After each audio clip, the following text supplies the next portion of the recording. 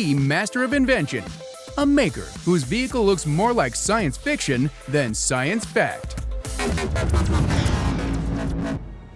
And now, an invention that's 1.21 gigawatts of awesome.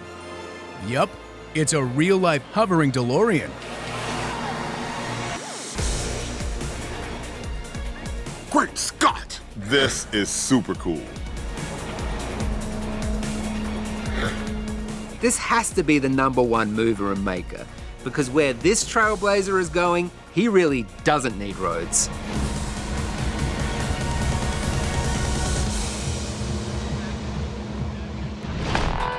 We traveled through time and space to California to meet Matt Reese and find out how his awesome creation came about.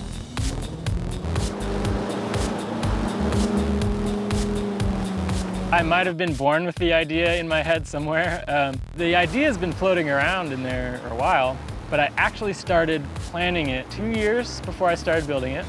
I had a couple months before grad school, and I was like, oh, I'll just build a hovering DeLorean in the summer, right before school starts. It'll be great. And then 5 years later, it was done. When I first drove it out on the water, I was just like yelling and screaming and laughing. It's just totally crazy. I'd never driven in a hovercraft before, so while I'm just celebrating, I have to learn how to drive a hovercraft on the spot. So how can Matt's DeLorean ride on water? This DeLorean gets its lift from a 24-inch or 60-centimeter fan that's forcing air underneath the car and inflating a flexible rubber skirt. As the air is pushed downwards by the fan, it creates an area of high pressure underneath the DeLorean. This area of high pressure pushes the DeLorean upwards, counteracting the force of gravity. The DeLorean hovers about 8 inches or 20 centimeters above the water, which means there's very little friction, so it can travel easily in all directions.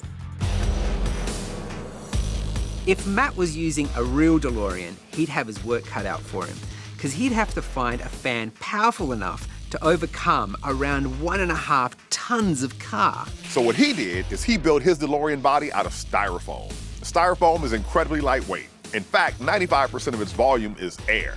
This means that the DeLorean body that Matt built weighed only 600 pounds or 270 kilograms. Styrofoam is also water resistant and extremely buoyant, so it's a great choice for a hovercraft you want to take out on the water.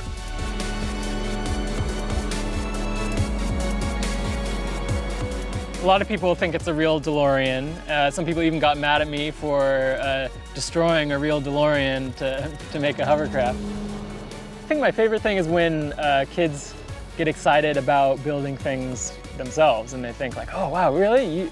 You just built that by yourself? Wow. And sometimes they tell me like, yeah, like after I saw this, I like finally got inspired to build this other thing I wanted to do. This has to be #1 because making a hovering DeLorean requires awesome skill. Thanks for making me #1.